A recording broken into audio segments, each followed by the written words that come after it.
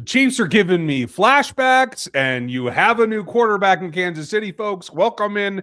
It's Monday Night Q&A here on RGR Football. Nice to see you all. Nice to see you, Daniel. It's been a very interesting 10 days for both of us. We have a ton to talk about, and we're going to answer your questions tonight because you guys are in charge. You write the questions, we give you the answers, but how this show goes is completely up to you. Drunk and exhausted, so this should be a lot of fun. If you don't know us, I'm Ryan Tracy. This is Daniel Harms, our lead analyst and one of the best draft analysts over at Bleacher Report. You can find his work there, as well as what we do at Rogue Analytics and Performance Consulting. Well, you'll get our draft guide, as well as the Athletic Matrix and all of Dan's work and all of my work and all of EJ's work and everybody. There's a lot of work going on here. So, how you feeling? I am tired, guys. Last week was a haul. I do apologize for not getting you guys something on Wednesday, but when I'm in Mobile, like I'm focused on draft and watching those guys. So as much as I know that you guys fiend for content, it's something that every now and then it's okay. It's okay that you don't get a film room every single week. Every Wednesday, every 52 weeks out of the year. So I do have a lot of fun, obviously, doing that. We're going to have Makai Lemon on Wednesday this week. I've already got the clips in. We're going to do the recording tomorrow. So, yeah, I'm driving down, driving back like I always do. Sometimes it's just a little bit worse for wear, but I'm doing okay. I know that feeling. I think I've flown, the total is up to 18,000 miles in the last 10 days. I am in a similar situation, so... yeah, across the Atlantic twice and a bunch of otherwise on the other end. So it's been long. Welcome. Nice to see you, FLDB. Thundarius is in as well. Nice to see you, pal. Happy birthday, Brad. Yeah, happy birthday. Didn't know that. So I remember my 30th. I'm impressed that you're watching a YouTube stream because I was long into my cans by now. So well done. We're going to run down your questions. Every super chat gets one. You guys know the drill. So we're gonna crank it up here because we have a lot to cover, and I know you guys are gonna have good questions. But I just want to start with a little bit of a topic. I was reluctant to believe that they would bring EB back, but they did. And upon seeing him answer the questions and where he's at, he said exactly what I had hoped that he said. That he's like, he admitted, "Hey, I've changed since I was here as well." And I do think that helps because I think that the obstacle was not the player-coach relationship, but the coach-coach relationship that was going on before. Because he is a difficult dude. I think the players take it as a challenge. I think that's a good thing. I think that's honestly what they need. So I was glad I took his opening presser as a really positive sign in my mind. What did you think? This is exactly what I was hoping for, too. And I know that everyone's going to have their own opinions on how you want to get different ideas into the offense. And maybe I would have also gone a little bit of a different path with the offensive coordinator. However, we all understand that execution is the biggest issue in Kansas City when it comes to the plays on the field. Okay.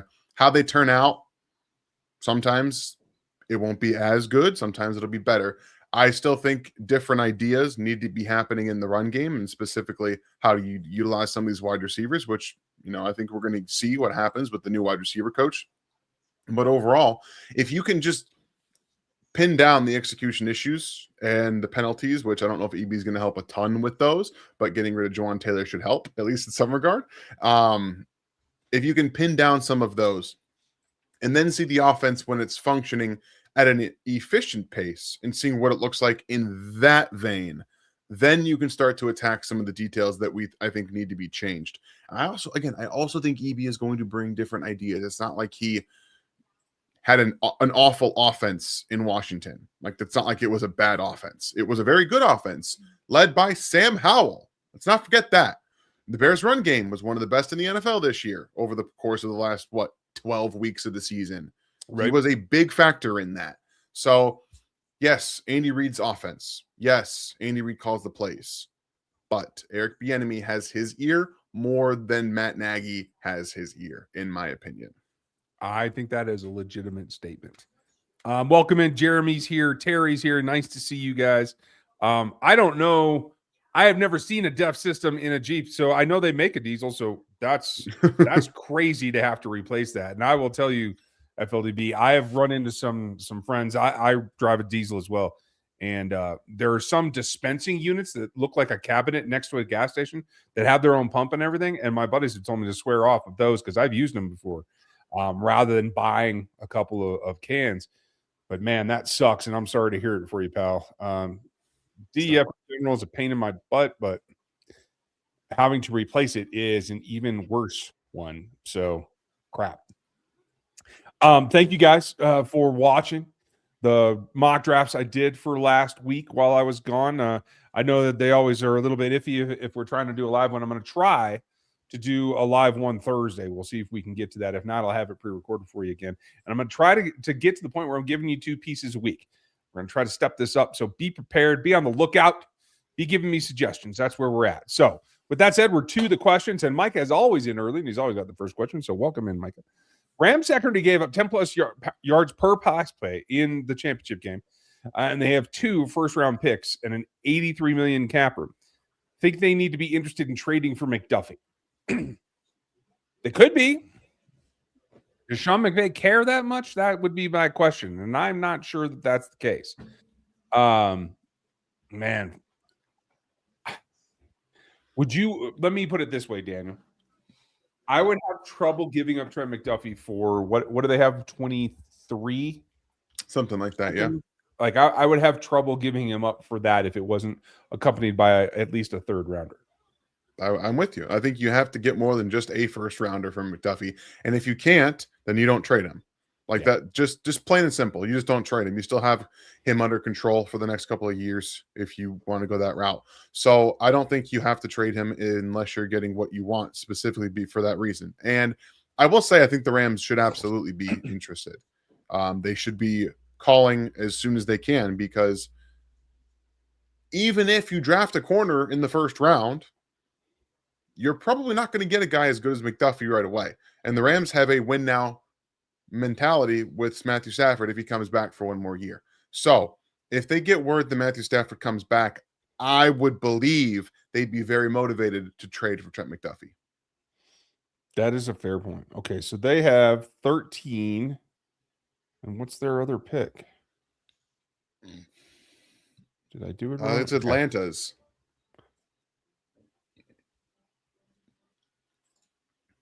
Sorry, I'm trying to find it. Anyway, but yeah, that would be the value to get back, and at that point, you could start talking. But yeah, maybe that is something.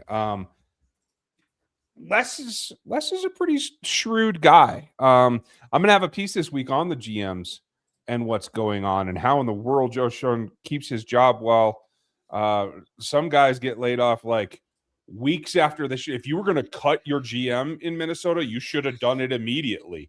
This back and forth is just showing you how many more teams than we think are actually dysfunctional. And I don't blame him, because I'd be pissed off too, knowing that the guy that I chose not to resign is now leading a Super Bowl team. I would be pissed off. But it still means that the lack of action that a lot of these teams are showing us right now cannot be ignored. And I wonder if Les is a committed guy. If he doesn't believe it full-heartedly, he would not make an attempt. That's fair. They have 29 and 13. 29. So 29, I think you have to at least get a third.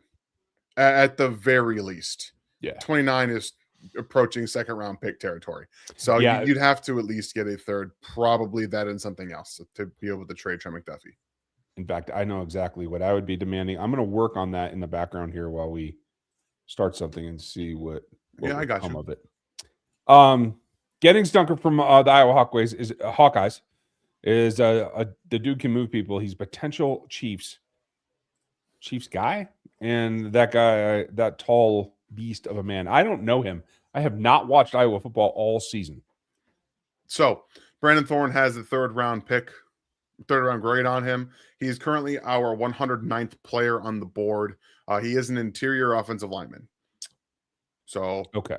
I mean, if you're drafting him in the third round, you're going to draft it back up in the third round for the interior? I don't think so. Nah, I would not be looking to do that. That would not make me happy. Now, if you have a second, third round pick, I'm all for it. personally. But if you have Yeah. one third round pick, I don't think so. And I'll say this too, like I talked about it on Locked On Chiefs just a little while ago, and we did go live tonight, folks. So if you missed that, you can go back and check that out. Kings Suamati put in a good enough season to me that even though I saw a picture today of Creed, Trey, and old Joe Tooney, I feel like the interior is set.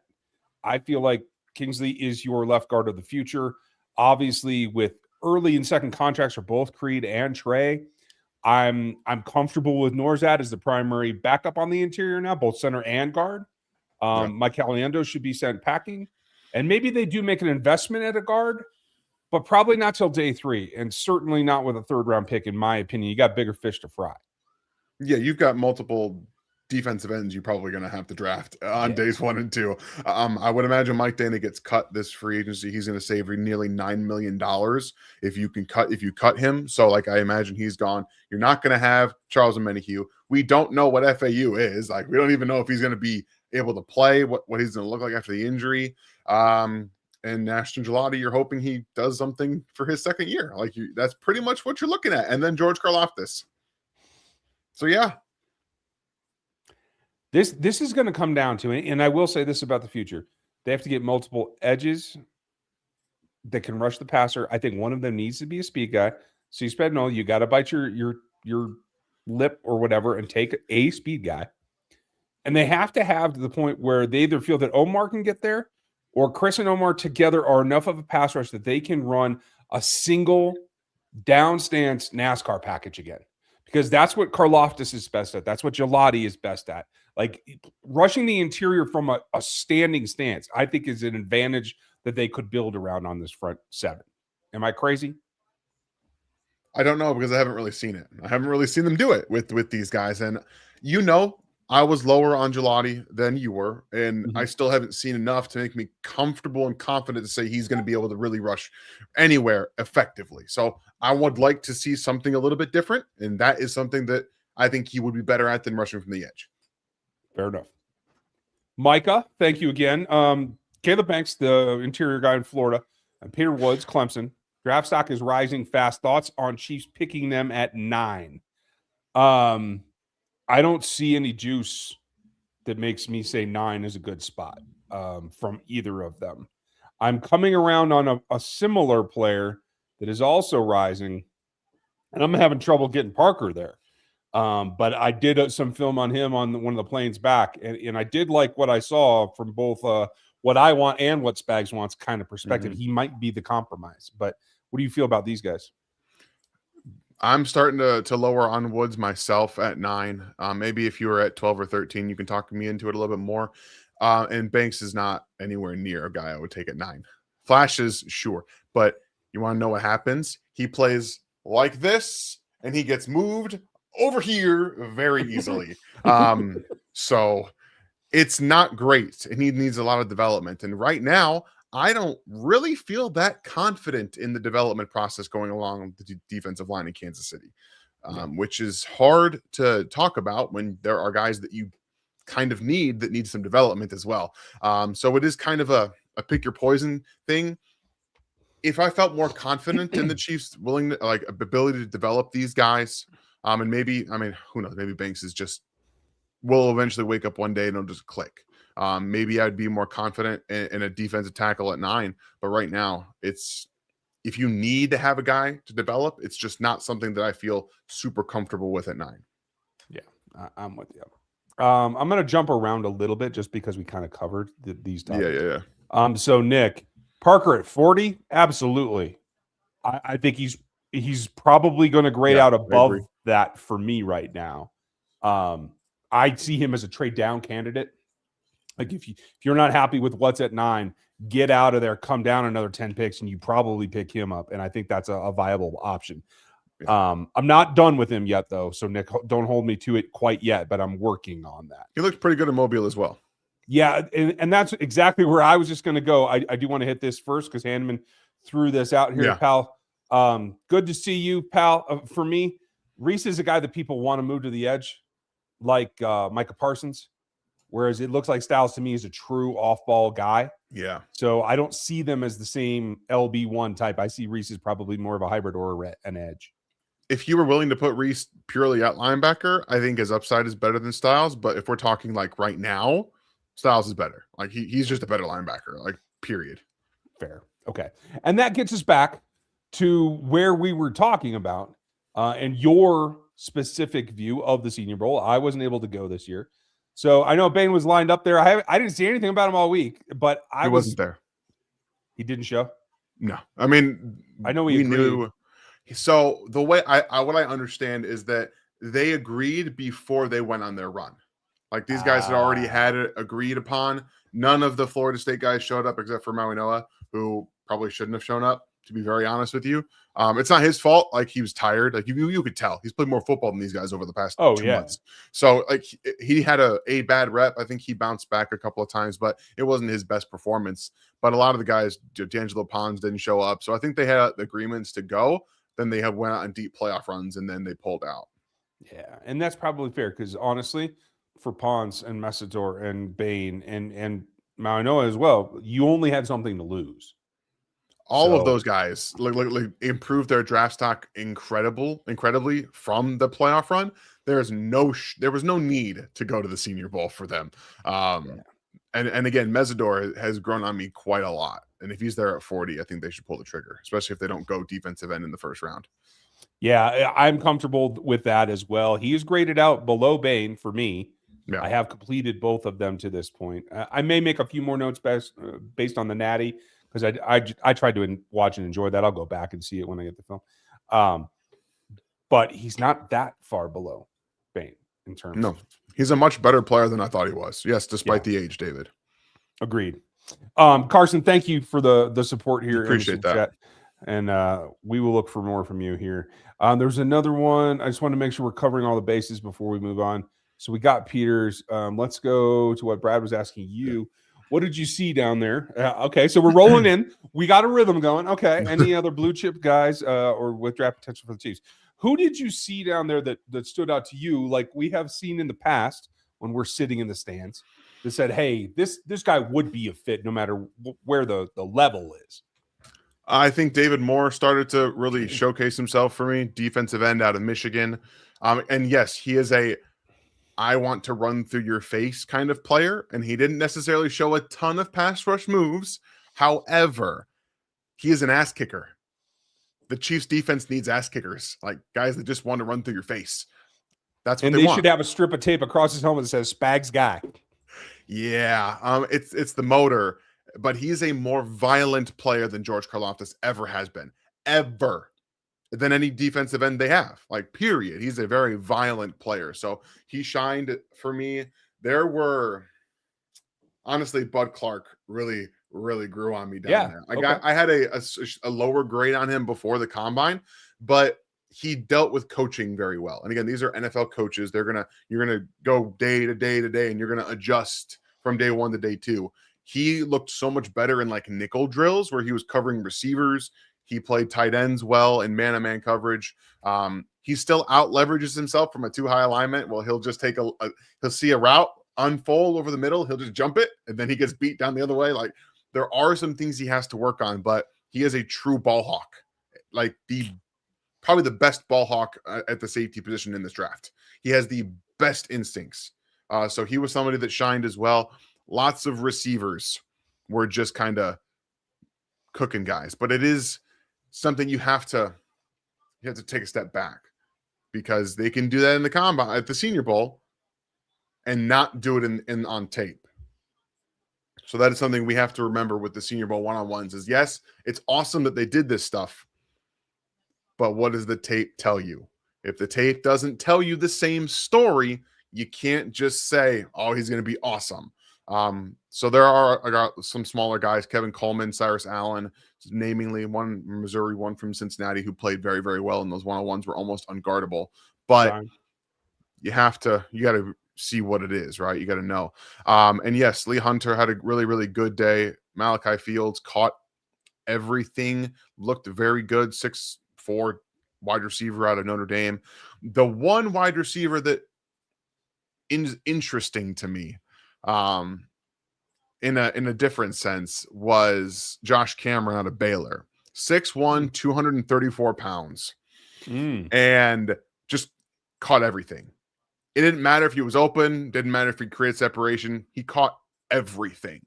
Physical coverage. Like, he reminded me a little bit of the way Puka plays football. He's like, I'm not the best route runner in the world. I'm just going to move you and I'm just going to win. Like, that's kind of how it reminded me of him. I think he's smooth, not quick. Okay. All right. So that's how I would play it. He's not the quickest guy in the world, but he didn't need to be. So again, if we're talking about pure catching the football, sure, he wasn't creating a ton of separation, but it's an interesting idea if you can, wrap your head around it. There were a lot of guys that played well, a lot of guys that had up and down days, but off the top of my head, those are some guys that, I was watching the DBs, and DBs, it's not fun for DBs down in Mobile, guys. It's just not fun unless you're like the best of the best. It's just it's drawn up for you to fail. Yeah, absolutely. The advantage is all against you. Yeah. Thanks, Brad. Micah with another one. Who's a better draft value for Casey? Love at 9 or Jadeveon Price at second round? 40 is where that would be. I like Price. He's Lev Bell 2.0. I never was a huge fan of Lev Bell, though, is the problem. But I see why you say that. I personally feel Price is easily the better value, but at 40, I still have a problem with that. Get me another second round pick and we can have a conversation. Sure. Absolutely. But at 40, again, we're talking possibly corner, defensive end, defensive tackle.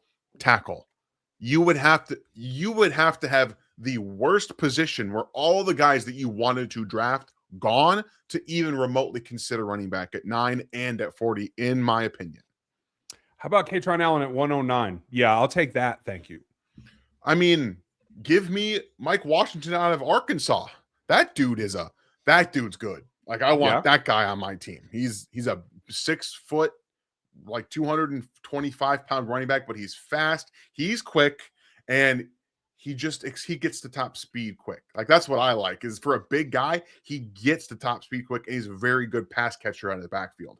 Another one, the fourth day on day 3, Jade Knott, the guy out of Oklahoma, who had a really bad year at Oklahoma, was great at Cal, had a very good Senior Bowl, and the one thing, he didn't lose a single rep in pass protection. Not one of them at 205 pounds. At 205 pounds, like, that's not easy to do. No, that's helpful. That'll get you a job. So, okay, back to the earlier question. I did look it up. So the Rams have 13 and 29. Then they don't have a pick till 61. So if you're talking about trading Trent McDuffie, I must have probably 13 in my mind. Yeah. But if I got to have 61 as well, especially if they only want to give up 29. I will not take a third round pick. It'd be a 1 and a 2 for Trent McDuffie. I'm with you. Steve, thank you, buddy. Would the Chiefs consider drafting UConn quarterback Bagnano in the last pick of the draft? They might. I got to tell you, it's thin on the ground for a UConn film, so I couldn't tell you, pal. Yeah, I've got no idea. I've never heard of this guy before. But they should take a flyer on a quarterback. I completely agree with that. I'd even go so long as, if they trade back, whatever, they end up with some low 7th rounders, whatever, take Pavia. I don't care. He can't see over the line, but neither could Drew Brees. He's going to be playing the CFL. Don't worry about it. Yeah, that's probably true. But I mean, I would give him a shot at camp, because you can't have that much success in the SEC without knowing how to play ball, period. Maybe it's not the NFL way, but it's enough for me to take a look. I will say he threw the ball better than I expected him to in Mobile. Yeah. He wasn't great. Again, Garrett Nussmeier was the best quarterback there, as expected, as it should have been. But he had a couple of very good arcing deep balls that just kind of dropped in the bucket. So I think he understands the finesse, or the way to use your arm properly. But he is more of I have to put everything into it to hit this window. And even then, it's not enough for the most part. So there is that to think about. Gotcha. You think that we're drafting Love since we are trying to get his running back coach in college? The one has nothing to do with the other. I will just tell you guys that. You because one can't control the other. You know what I mean? You can hire every coach on Notre Dame's staff. It doesn't mean that anyone's going to allow you to get get Love. I really think that they're scared to draft a running back in the first round at this point. They should I really be, believe it, because they screwed it up last time. And most people who draft in the first round screw it up. And they did it at the end of the first round. They didn't have an excuse like saying, hey, this guy's the best running back in the draft and we're going to take him in the top 10. They did it at 32 and they still screwed it up. And no offense, Clyde. I love you as a person. I think your career could have gone much differently had PTSD and stuff not gotten in the way. But that's not your fault. I don't blame you. But it happens. Clyde is a second-round pick. It's a completely different complexion on his legacy, period. I need to have a sit-down conversation with that man. So I need to it would be useful. Let's see, Brad. I heard Ryan Kerrigan was let go from Washington. I think he's a potential hire to come to Kansas City. Didn't you notice that we hired 2 college coaches to the staff? I did see that. I don't have the specifics on them. And I will say this. I don't think they're looking at him, but I like the concept of Ryan Kerrigan coaching George Karlaftis because I see a lot of similarities in their games. No, I agree with you. And they're hired as quality control coaches who do a lot of film work in terms of gathering plays, sequencing it up so you can go and watch it quickly. So they're going to be doing a lot of that, which is, it's good, but we're talking about an entire, I tweeted this out the moment after we learned that Eric Bieniemy was going to be the offensive coordinator. Andy Reid understands what happened last year can't happen again, but he also knows where he's willing to go to get answers and how far away that has to be, right? So Eric Bieniemy comes back, but he's well-traveled since he left Kansas City. So there are new ideas there. They bring in a wide receiver coach from the New England tree, like a completely different person. They've brought in a lot of different outside ideas just in a different way than many fans wanted. Andy Reid is telling us he understands that there has to be some level of change within the offense itself. We are going to see how serious he is about that, or if he's just talking and not walking. Yeah, I agree. I'm going to stop there. Thoughts on PFF? Connor and Trevor mocking Caleb back to KC at 9. Seems high on me, and I didn't watch the Senior Bowl this year. Seems like Peter Woods is falling too.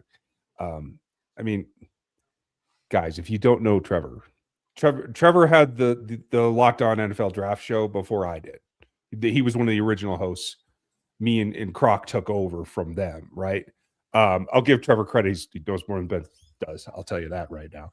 But let's be real. Trevor's a Florida Gator. He's projecting. There's absolutely no way he deserves a top 10 pick. And I think the other thing is they do some of these things, particularly at PFF in the second version of PFF here, to get your clicks and to get some chatter going about what they've said. None of this resembles what their final mocks will be. So I'd hold tight until you see him later down the road. I've got no issue with Trevor. I think he does a lot of work. I don't always agree with his ideas or his takes, but that's not, I got nothing against him. What I will say is that PFF also said that Texas safety Michael Taft was one of the winners of the Senior Bowl. And all he did was get beat like a drum the entire week. I watched him every single chance I got. He was getting beat left. He was getting beat right. Outside of Trevor Sikkema, and even sometimes I question his eye, those guys don't know what they're watching. They don't know because they're not film watchers. So take everything you hear with a grain of salt. Again, I'm not trying to say that Trevor doesn't do a lot of work or that Connor Rogers doesn't do a lot of work, but Connor Rogers doesn't work for PFF. He's just on the podcast. He doesn't work for PFF. Yeah. But for the most part, I will disagree with Connor and Trevor from time to time. We don't always see the same thing, but just about every single other person that works at PFF has no damn clue what they're looking at. Yeah. And so I would bet that when Trevor's final draft comes out, he probably keeps Banks in the first round. but I'll bet Probably. it's in the 20s is my guess. So don't hold it against him. He does good work, and he's done it for a very long time. Yeah. Just these early ones, especially, you play some favorites, especially those Gator Absolutely. kids. Especially the guys with high upside. Like they're going to be Yeah. higher at the top. Like there's going to be. Absolutely. The Gator kids love each other. It's great. So Tim Ryan, I heard the cap space went up to 503. I'm sorry, 305. And it may help the Chiefs with 6 to 10 million. They should use that in free agency. They don't have it to use. That's just buying them some space. Their cap did drop, according to Over the Cap today, back down to 54 over. It was 62 last week. So that could be representing some of that. And I saw a range from 301 to 305, somewhere in there.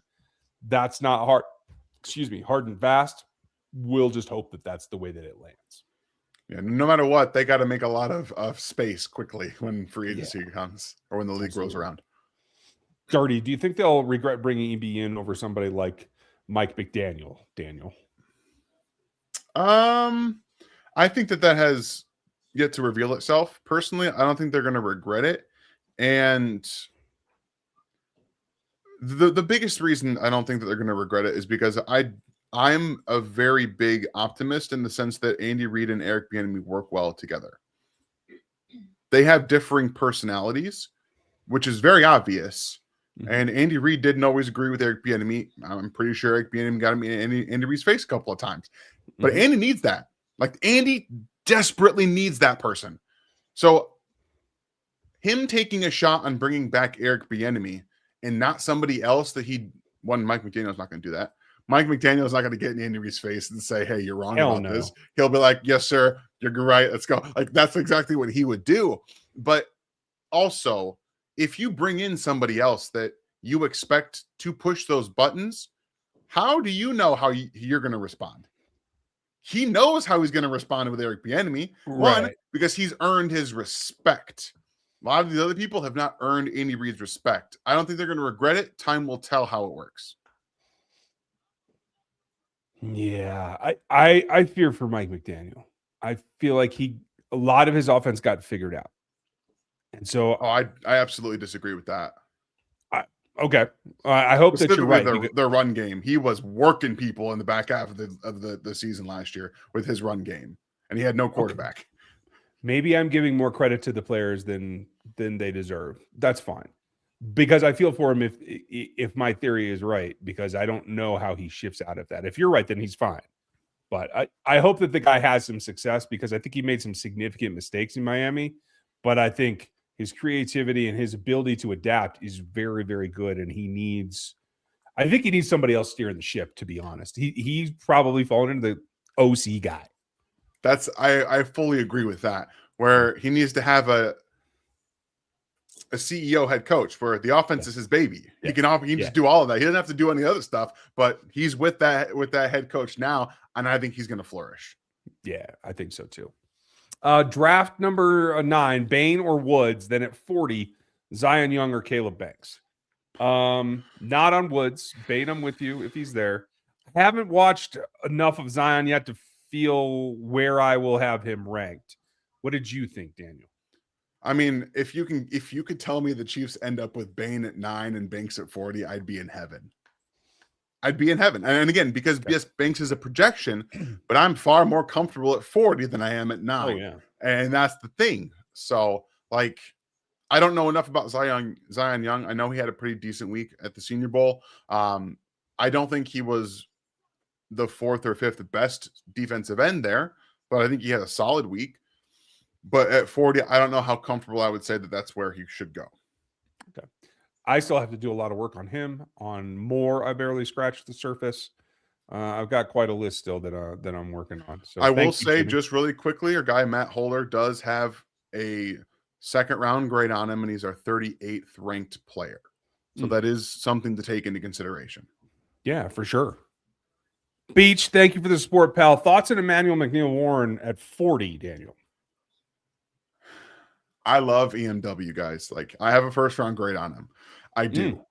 I'm that high on him, mostly because he is big, he's fast, he's got better instincts than he gets any credit for playing at Toledo, and he is a thumper and a tackler. He is one of the best tacklers at safety in this class. He's got long arms, and he knows how to use them. I don't think he can play single high as much as you probably need him to in Kansas City. I think he can do it, but that hasn't been something that he's been asked to do specifically. So it is a projection on his part. And typically guys that are his size, you're going to want to play too high in a nickel. You probably want to project him to a Kyle Hamilton type role, which I think he would flourish in. But they would still need somebody to play that single high role. And if they didn't have Brian Cook, and if they legitimately had given up on Jaden Hicks, then drafting ENW is great. But I'm not out on Jaden Hicks, guys. I'm not out on that. I'm not either. So if you tell me that Brian Cook is no longer in Kansas City, we can make it work with him and Jaden Hicks. And I think you can see those two guys as your starting safeties, and I would be pretty comfortable with that. But again, that's projection into Spags' defense, right? We have to remember that Spags would not start EMW.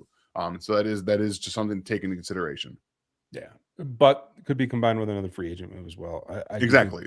If they don't get Cooks, I think they might look at veteran to be that role. Oh, FLB, good to see you, buddy. I saw something about Zion Young devouring lineman over the weekend. I watched him when I watched Mizzou games. Would he fit the roster?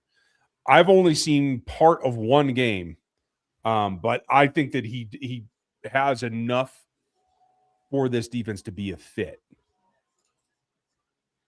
What do you think? I don't have any idea. You haven't watched guys. him at all. I have not watched him at all. That's a little part of the problem with me doing DBs and tight ends is I don't get the full range that I usually have. But as we get further into this process, I'll have more ideas just because there's more tape out there for everybody. Yeah, I have a lot that I still have to go over. His counters, his ability to actually work off of one move and have a plan and have multiple threads. But there's a lot. I will definitely be writing it all up. FLB, thank you for bringing him up. Brees Hall, free agency. Bailey at 9. Just trying to speak it into existence. Keep speaking, John, because I don't know. I don't think Bailey's lasting till 9, brother. And Brees Hall is going to be a 13 or plus $1 million a year back. Chiefs can't afford that. I think sign Leo, say goodbye to Drew, and Bossa, you're up. I like the concept, and I love that you've been here 5 years, Jeremy. You are the man. Jeremy. Topping into 61 months in the membership. That's incredible. In the memberships, you get some things. You get our frank discussions, our rants, our things that we won't say in public, just to not gaslight everybody, but our true opinions. You get the Discord. You get discounts on the draft stuff and everything else, including these guys. There is a standing RGR member discount on the store and on Rogue Analytics. So it's all there. The only problem I have with your theory, Jeremy, is that they didn't give Bossa enough time on the field. And what I took away from them playing, what's his name? 59? McDonald? DFA kid. McDonald. I feel like as a prototypical body type, I think Spags sees him more of as what he wants as a strong side linebacker. And I just don't know what they're going to do. So I was a little dismayed by that. It threw me for a loop that they didn't play Bossa more. I think they could still be in market for a linebacker is what that comes down to. They made a lot of decisions last year that I don't think that they should have. And I think that they should be doing their own self-scouting and realizing that the NFL is changing. Like you can't just continue to play the guys that know the system just because they know the system. You have chances on guys that have to learn a little bit. Like we watched Noah Williams get benched for no damn reason. And I'm still pissed off about it. I'll be very honest with you. Yeah. No offense to Ashton Gelati. Noah Williams should have won the Rookie of the Year award for Kansas City. Not even close. He was far more impactful from his limited snaps than Ashton Gelati was. I don't get it. And they refused to play Jaden Hicks when all he is just a much more athletic version of whatever they have. Sure, he doesn't know the system yet, but how are you learning the system if you're on the damn sideline? Shamari Connor's out there getting his ass cooked every time he's out there. Yeah. Like, I'm fired up about this because I feel like both Andy and Steve Spagnuolo need to realize the NFL is changing. Yes, Spags is still the single best defensive coordinator when it comes to game planning a specific game that exists in the NFL. He's the best one. But sometimes he handcuffs himself and ties his left hand behind his back and says, I'm trying to win this way. And guess what? It don't work that way. Sometimes it does not.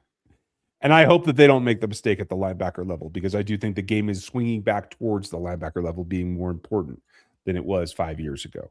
And so it is a key position. So let's see what they come to. I do think, from what I've seen in looking at the defensive lines, I do like the linebacker class. A lot of those guys flashing. I think you can get by with some third, fourth round picks that can actually help this team. I love this kid Rodriguez. I'm telling you. Like, you plug him in instead of Drew Tranquil, the kid just makes He was plays. all over the field too, man. Was he? At the Senior Bowl? Yeah, he was everywhere. Did you get a chance to talk to him? I don't go down on the field. Oh, okay. I don't do that stuff, guys. No, I thought all you bleacher experts got to go. We can. I just choose not to. I don't care. Gotcha. No offense to anybody out there. Like, that is not something that I want on my the thing. I don't want to give just a generic answer. That's all that it is out there. I want to have a sit down conversation with these players and have questions prepped, have thoughtful answers. Not, you have 5 seconds with this player, figure it out. Like, I don't want that. Okay. Well, next year you better take me then, because I like to get a reaction out of dudes so I can see what he's like. But thank you, Jeremy. We appreciate you. Brady, is Francis Mauanoa or Fano a good option at 9? Would you rather have Bailey or Bain? In order for the SPAG system, because I like Bailey better in general as an actual pass rusher, but Bain, Bailey, Fano, Mauanoa is how I would rank those guys at 9. That is the exact same answer I would give. Okay.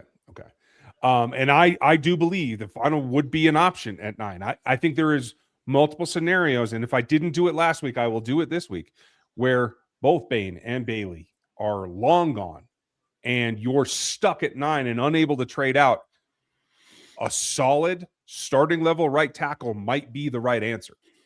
I don't disagree. Again, if Jalen Moore ends up being your swing tackle at $15 million a year, you should be very happy with that if you end up drafting a starting right tackle. I'm just going to say it. And I'll give you a preview of tomorrow's Locked On Chiefs, folks. 4 tackles isn't enough. The attrition we've seen over the last 7 seasons at the tackle position, 4 functional tackles is not enough. And Chu Godric is not one of them, and Wanya Morris is not one of them. There are 3 on this roster There are 4 on this roster right now. I give asterisks to Jalen Moore and Josh Simmons because of the injuries this last season. Yeah. But you got to have 5. And if you jettison Taylor, which I expect them to do, that means you got to pick up 2. Yeah, I'm with That's you. where I'm at. Maui knows a guard, by the way, on my board. He is on Brandon's as well. Is he? Okay. John, does Casey Concepcion remind you of a little of Dante Hall? This run style and body type. I have not seen him. I mean, I get it. He specifically in the short area, like juke, because he kind of throws his body at times, like the same way Dante Hall. Like, it does remind you of that. They're very different players. Concepcion has some concentration drops. He's a better pure wide receiver. Like, just obviously Dante was a returner that they were like, hey, you're fast and you're quick. Why don't we throw you the ball a couple of times a game and see what you can do? He wasn't a pure wide receiver in my eyes. And Concepcion is a much better route runner. I think he has a much better detail. The ball skills are better in general, even though he does have some concentration drops. But I understand what you're saying. I have to go look at him, clearly. Carson, thank you again. What do you think of the wide receiver from John Carroll? I don't know his name or who he's talking about. This was so cool. This was the coolest moment of the entire Senior Bowl. Tyron Montgomery out of Division III, John Carroll, steps up to the plate against Colton Hood, who people are giving first-round buzz, and cooks him. Just cooks him. It wasn't just that day. He was good all 3 days. This is a Division III guy who played basketball at LSU in 2020. So he's an older prospect. Yeah. He's only been playing a wide receiver for 2.5 years. But he is detailed. He's explosive. He has real ball skills. He climbed the ladder and dunked on Chris Johnson from SDSU in the end zone for a touchdown on day 3 or day 2. He is very intriguing. I guarantee you he's going to get a combine invite. And if he has a good showing, which he will, he's a basketball player, he's going to be a day 2 wide receiver, I think. Sounds like a Chief. All those characteristics. I like it. Thank you, Carson. Thanks for pointing them out. Now I got to go watch them too. Alex, Fun. Dan, how about the quarterback, the Iowa quarterback of the Shrine Bowl, dual threat? Oof. It's Gronowski, right? I think so. I'm fairly certain that's right. I think Iowa does a really bad job of showcasing quarterbacks of any talent. I think he played well at the Shrine Bowl. He absolutely is a dual threat. I wouldn't be mad to throw a day 3 dart on him to be in Kansas City because of that specific fact. I think he would be a good fit for a backup possibility. Probably better than Chris Oladokin for sure. I find it curious. I've always thought dual threat was a poor moniker for players. And it's intriguing to me this year that Lamar Jackson can't do anything. Josh can't get it done for the Bills. Jaden Daniels goes out because of his run style. Now we have 2 of the most sedentary quarterbacks in this league in the Super Bowl. And I wonder if I'm sorry, what? I'm sorry, what? Drake May runs like 65, 70 yards a game. He's one of the best rushing quarterbacks in the NFL. And the best, I guess. Okay, let me back up to the championship game then. I'm speaking about Stafford and Darnold in particular. Okay. Like, that's 2 guys that don't moniker. Move. You know what I mean? And I find it interesting that it sways back. And you're right. May is a good athlete, but I don't think that's the basis of his game. I wouldn't call him dual threat myself. Would you? I mean, the way they're using him, I would, because they call runs for him. Like he's identified how to quickly get to the second level. Like he scored that rushing touchdown against the Broncos. That wasn't a play. He just said, "Hey, there's a hole. I'm going to go run that." And for Darnold, he's a really good athlete, but you don't really call plays for him. He's just better on the move. Like he's a really good thrower on the move. So I would agree with that. I think that's the difference, that maybe we have to find a way to start differentiating, like run to score versus run to throw. You know what I mean? I think the dual threat moniker is for guys like Lamar Jackson, for Josh Allen, who are legitimate dual threats. But I think running quarterback is different. I think Patrick Mahomes is a running quarterback because he can run, he can throw on the move, but he prefers to just take your soul with the football. His arm. There you go. Okay. If you had to rank the Kansas City Chiefs in the AFC, I would rank us 5th because we need to improve ourselves next season. Where do you think? I mean, I won't rank anybody besides the way that they finished right now, and Chiefs ain't 5th. I'll be honest with you. I can't tell you where they'd rank right now. And watching the AFC postseason, they're not 5th. I mean, I don't care what anybody says. There were no good teams in I think the best played game was the Bills and the Jaguars. Maybe the Bills and the Broncos, but that was some poor defense on both sides, I thought, at times. But I thought the Jaguars and the Bills was the best offensive and defensive game that we saw on the AFC side. Again, maybe I'm wrong about that, but that's what it felt like in the moment. And I don't think that the Chiefs are going to be the same team they were this past season next year. Like you could not make me believe they are going to have a 2-year stretch where they finish below 500. I won't believe that. So I don't know. Not unless Patrick misses significant time for some reason. If he misses half the season, okay, then you can probably talk me into it. But if he starts in the first 3 weeks, no. So we'll get to this one next, and then we'll come back. Okay, up here in a second. Thoughts on Eli Stowers and Gabe Jackas? Thank you, Beach, for the support. I've watched 3 games of Jackas, and I thought he was a solid prospect. But what I'm seeing in the wake of the Senior Bowl has me scratching my head. What did you see? He was incredible. He was unblockable in the Senior Bowl. Like the entire practices, he was. I don't know what happened this past year. He was not as productive as he has been in the past. It feels like that this past year was a flash in the pan because his previous tape before 2025 was much better. And then the Senior Bowl is much better. I don't know what happened at Illinois this past year. All I know is that he's a better player than he played, and I think he showed what he actually is at the Senior Bowl. That's the player that I believe he is. Okay. Because I haven't gone back in previous years on him. I just watched this season. I didn't come away overly impressed. It was weird. He did not have the best year at all, but Okay. I'm willing to believe that this is the player that he is. I'm willing to bet on that.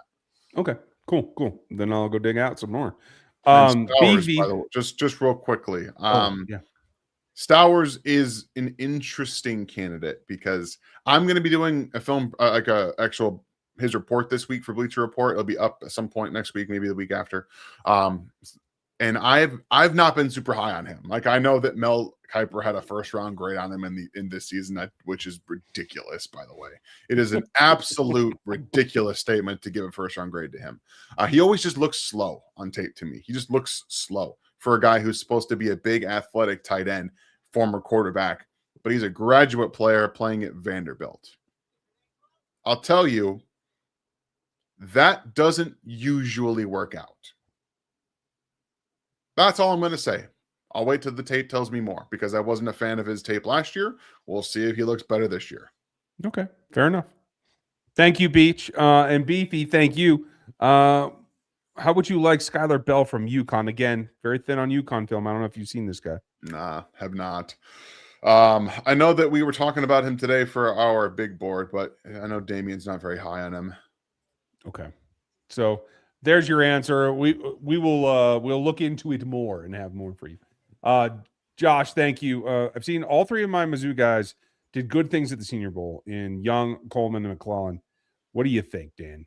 So Coleman was given a lot of favorable matchups. I will say that he did look unblockable, unguardable. Like he was very quick, but they matched him up against Davison Igbinosun, who I'm high on, but as a pure boundary corner.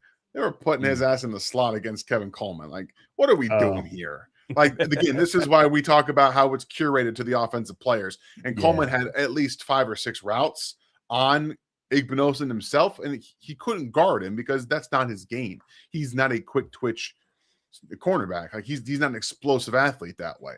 So Coleman was absolutely able to do that. So I don't know so much about that. We talked a little bit about Zion Young, who, again, had a good week, and I didn't see much about McClellan. Sorry. Fair enough. I didn't see any of the practices. I hope that I can download them still. I should be able to if the system works. Yeah. We'll find out. Perry, thank you. Appreciate the support. In the coaching world, why are the Chiefs OCs hurt for lack of play calling, but the Rams Niners OC are coveted because of the same thing? I disagree that they're coveted for the same reason. I feel like the play calling aspect is not what they're coveted for. It's because they're exposed to McVay and they come up with the play designs with McVay, not that they call the plays. What is the main difference between Andy Reid and Sean McVay? Sean McVay changes his offense based on what's currently working in the NFL. He was spread. Don't forget, this was a spread offense with with Jared Goff. They trade for Matthew Stafford. They do some spread stuff, but they get the run game going. They want to do more spread. Then the shift in the dynamic of the offense, they bring in 13 personnel and they run duo. Andy Reid does not do that. So the NFL wants offensive coordinators that are willing to work and change their scheme based on the NFL. And Andy Reid, as much as he is an offensive genius, says, I don't care what the NFL meta is. This is my offense, and this is what I'm going to run. And you're going to help me do it. Yep. Period. Dirty, thank you. Over 4 years, you are the man. Any word on Mahomes changing contract? I have had zero whispers in the last 2 weeks about this. I do feel what I've heard before that around the NFL world, what context I do have is that everyone kind of feels like they built something in to be a mid-season reconfiguration without a restructure that needs void years, that was built into the contract to begin with. Nobody has any details that I know. Maybe somebody does, but I'm just not in contact with them. So, you got Brent Till's phone number? You know, if I did, I probably wouldn't be talking to you right now, bro. Fair point. That's a fair point. But I do feel, Jordy, like it should come. I mean, they have to do something just to alleviate the cap. What that looks like is like a full reconfiguration. I don't know. But people are starting to get a little antsy about it. I just don't have any answers for you, buddy. I'm slightly concerned that the injury is going to throw a little bit of a wrench into it, just a little bit. Not from the organization side, maybe from Patrick's side. I don't know.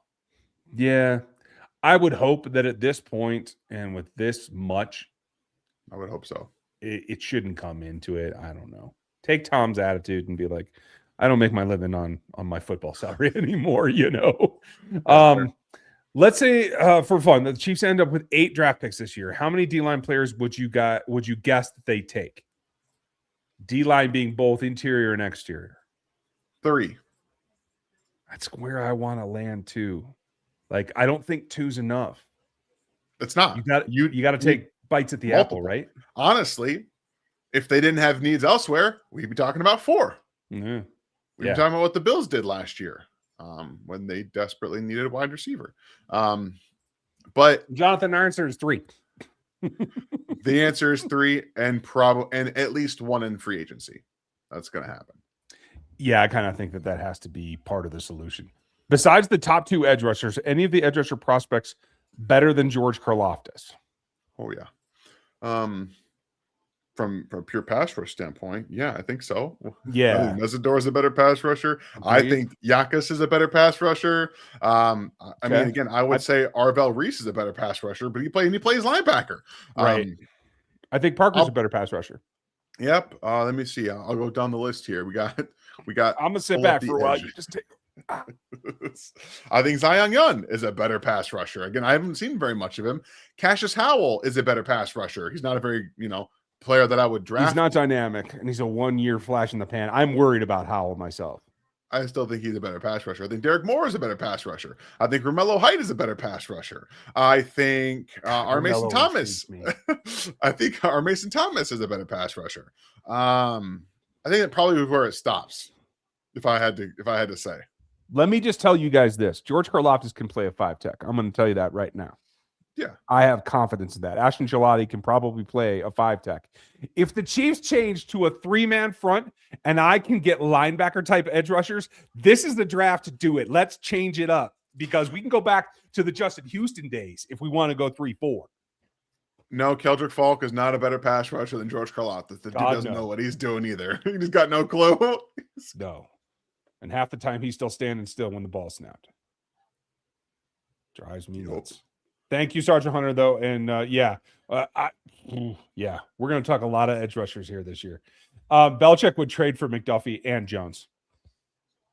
Yeah. Can't do that to Carolina, though. They're not in the league, bro. Not in the league. Just not there. Sorry. I find this whole episode of post-Patriots Bill Belichick freaking hilarious. It's the oddest thing I've ever seen, honestly. It's the oddest thing I've ever seen, and I'm loving every second of it. Thank you, B Green. Appreciate you. Alva, since defenses seem to know what the play the offense is going to attempt to execute, are players giving the tells to the offense? No, it's predictability.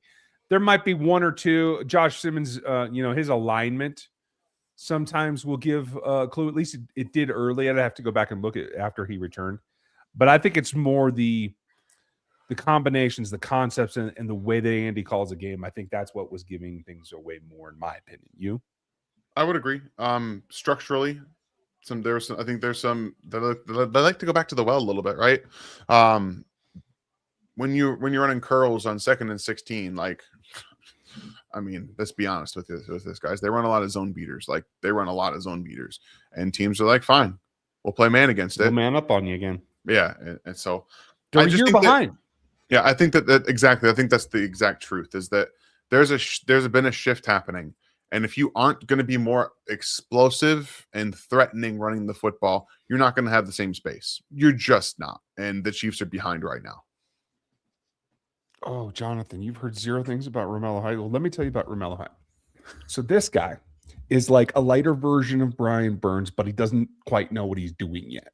So he needs a season or 2 to season. Remember when I told you guys Nick Bonito was going to come in here and he needed to learn some things, and now he's one of the best edge rushers in this league because he plays in a system that fits his needs? That's what Romello Height needs, in my opinion. You guys want to hear something else? He's 234 pounds. Yeah.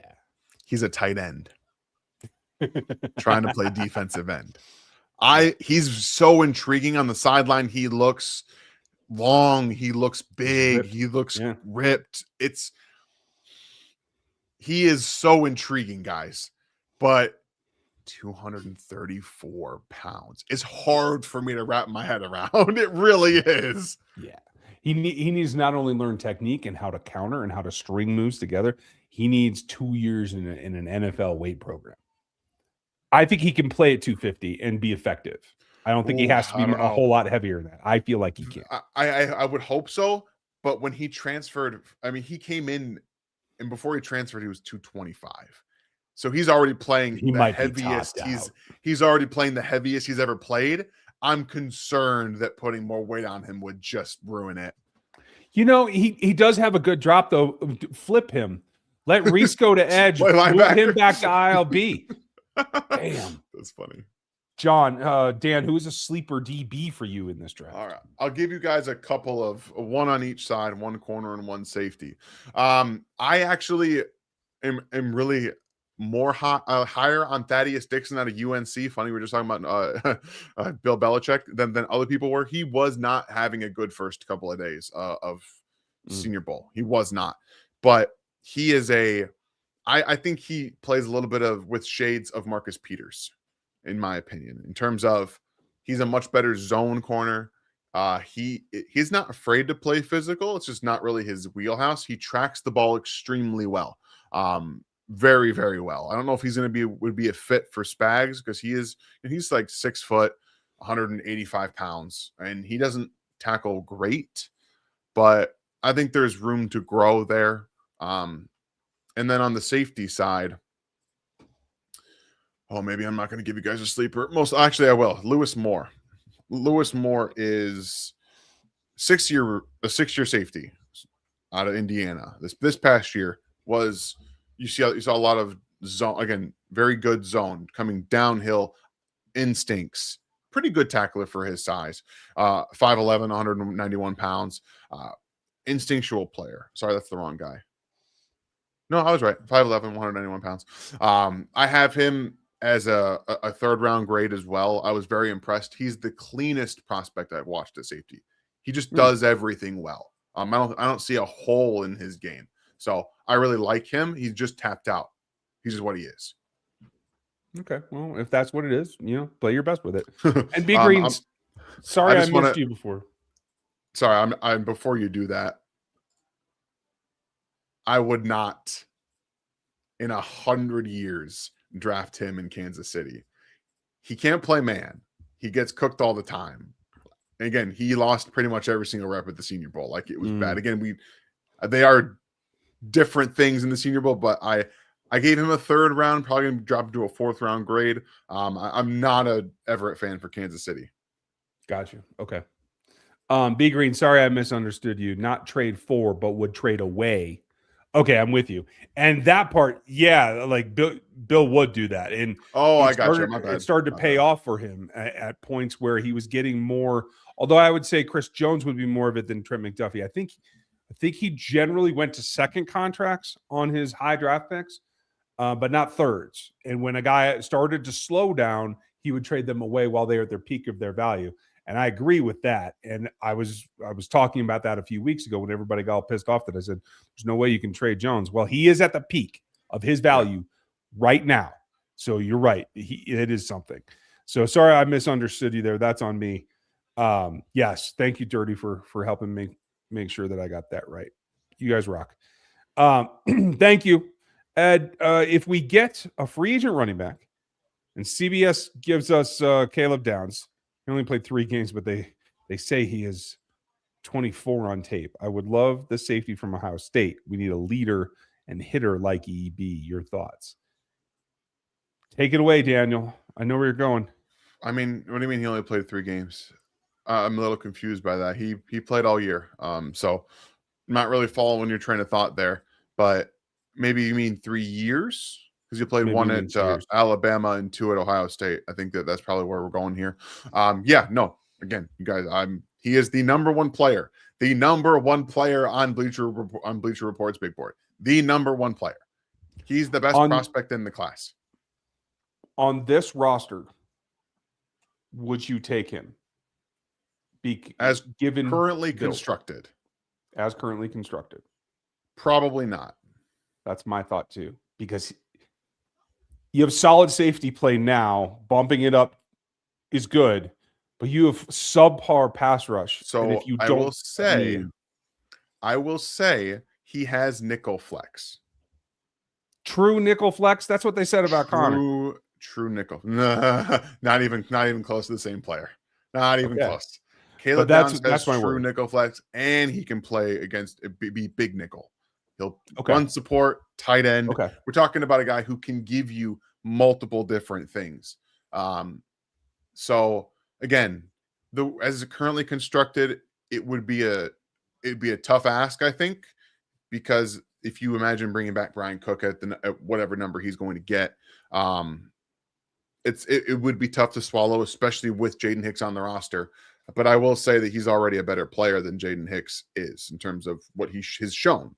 Caleb Downs is just a better, more developed player, instinctually, all of that stuff. So I think that precludes you from trading McDuffie, because at that point you've decided on a path that is making a strength stronger in your secondary, right? Yeah.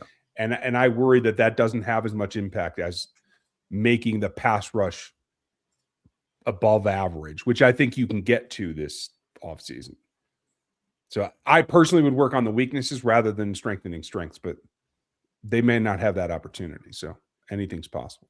If they don't bring back Caleb Down, if they don't bring back Brian Cook, there is going to be a new safety in Kansas City. You can, there has to put a bullet on that. And it would not surprise me if it was Caleb Downs. Okay. Thank you, Ed. Appreciate you, and appreciate you, Beach. Late round guys you want on this team, one offensive and one defensive. I would call late round being day 3. I do like Allen, the running back from Penn State. I like the Oregon running back kid. I think I've mentioned that, but he's probably UDFA level. You don't have to draft him, I don't think. Who else? Pons is a top 50 guy. Yeah. But the guy that plays across from him made a couple of plays recently too. I just haven't done film on him yet. He might be a day 3 dude. He's not on my list. Oh, no, maybe he's not eligible then. Okay. But I will give you guys a couple of names as well. So Keontae Scott out of Miami is a corner that I don't think can cover very well at all, but he can absolutely blitz and knock the crap out of you. Like, I have people probably curious as to why I have a 4th round grade on him is because I don't think he's a cover guy. I like, if you're going to be a corner and 55% of the time you're blitzing, what the hell are you doing for me? Like, what are you doing for me? He's a linebacker. Cover safety like Johnson Gardner. That's what he looks like to me. I think he's worse than that. But for you, okay. Yeah, I personally think he's worse than that. And if you're a redshirt senior playing in Miami and the one thing they ask you to do after 4 years of college football is blitz, I have a problem with that. So, but mentality-wise, they need that kind of player in Kansas City, bar none. A safety, Jacob Thomas out of James Madison. Very interesting. He's a very good athlete. He has coverage ability in the back end. I think he's got really good ball skills. He's but he would be a late, probably 6th round kind of player. I have a 5th round grade on him because I like the upside of that kind of player. And then on the flip side here, I need Riley Nowakowski in this offense. An H-back. I need that. I need it. I need it like I need air. Like it is what the Chiefs need in a tight end / halfback / fullback / special teams ace. Like that's what they need. For the love of God, yes. If I can't have a fullback, I want him. You have completely sold me on him, and his performance down the stretch. I was about to say his play helped. Yeah. Could the Utah tackle duo Fano and Lomu break the record for the fastest tackle duo taken in the same draft? I don't even know what that record is, but possibly. I I haven't done Lomo yet. I've only watched Fano like because I get their games live. I don't know. One Dan probably second. has rankings on them from Brandon Thorne, who does Uh-huh. more line film than I do. So let's listen to Brandon. Let's see. What And did if you got? don't listen to Brandon, go listen to his podcast for the love of God.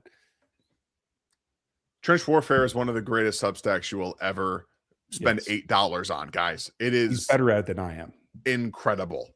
He has Caleb Loomer ranked as the 52nd player, decent second round grade. So he's not a top 50 player on the board, but he'll probably go in the second round pretty quickly. Gotcha. I like that. I will say this other day 3 guys, the duo from Texas Tech, the interior dudes on the defensive line. I think one of them's getting a lot of pump right now, but I think they're day 3 guys, but that's fine. Okay. Would Cardinal Tate be bad for us in the first round? Yes. I'm going to hold judgment on wide receivers until I give you guys the film room on Wednesday. I don't want to tip too much of my hand. I will say, I believe they have bigger fish to fry. That's what I will say. Okay. I like the way you put that. Thank you, Salvage. And thank you, Brandon, because you brought up something that I've been thinking the last couple of days as well. What have they really fixed?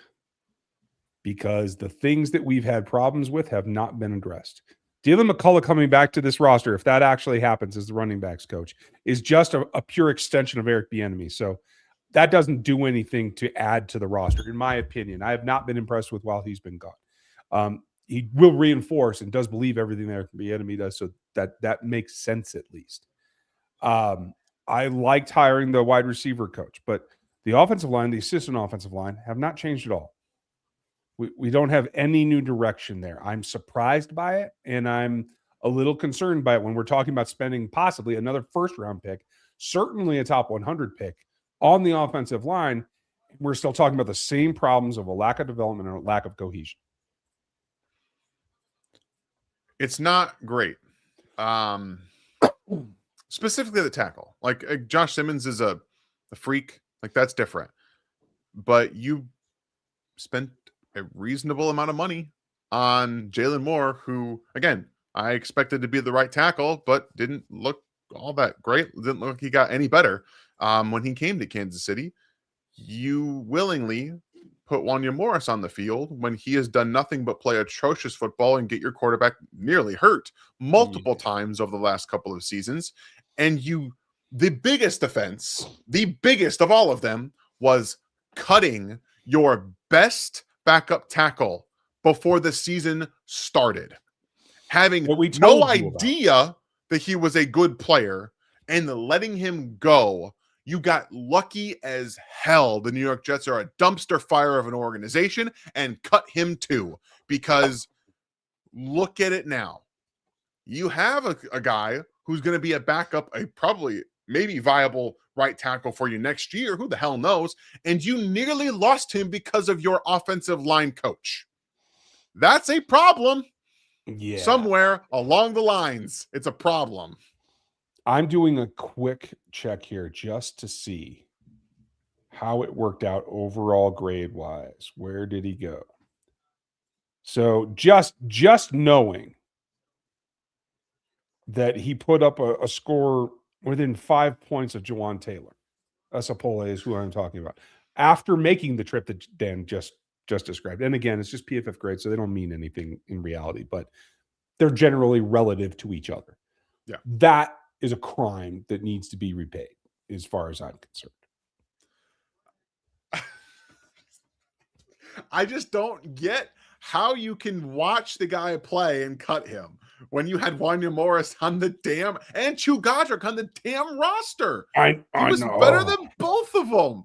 And here we are. I mean, yes, I'm still confident that the Chiefs are going to be good next year. I believe the offensive line is going to be good if they stay healthy next year. But the problem along the offensive line, I don't think is Andy Reid. It's his unwillingness to change what Andy Heck is not doing with the tackle situation. Have no issues with him on the interior. I think he's doing a good job there. But there is a blind spot for tackle right now that he cannot seem to fix. Yeah. And they don't seem to be doing anything to address it, giving him more assistance or different assistance or anything like that to try to shore it up. There seems to be no change happening. So thank you for bringing it up, Jonathan. Appreciate you. 17 picks, he thinks, is the record. That sounds like it's certainly possible. So, hey. And Justin, yeah, it is Andy Heck that we understand was the defining factor that sent Pole on his way. So the fact that they had to bring him back, yeah. You could have spun a wheel on a Chiefs podcast before the draft, and they were talking about Isapole. We were all talking about Isapole as a guy who's going to be pretty good. And guess what? The Chiefs staff are just, huh? Who's this guy? I think we talked to the KCSN guys in our pre-draft summit about him. Yeah, I think we did too. It was nuts. Okay. Before we go any deeper, we have plenty more prospects to watch, and we'll have more for you guys. Thanks. I'm back this week. Dan's back this week. We have all kinds of stuff going. Don't miss it. Make sure you're subscribed. That always helps. Check out Makai Lemon on Wednesday. Makai Lemon on Wednesday. I think I get a vibe here, brother. So, think so? yeah. So. Okay. So go check out Bleacher Report for Dan's work. Get on NFL 33. I'm gonna have a piece on the GMs coming here and about whose system is just absolutely hosed, as well as Caroline's gonna be back. We got all kinds of stuff kicking back up. So thank you for your patience. Thank you for being here tonight. Have a great one. Thanks for watching this video from the team at RGR Football. Click these videos to see more and subscribe to RGR Football.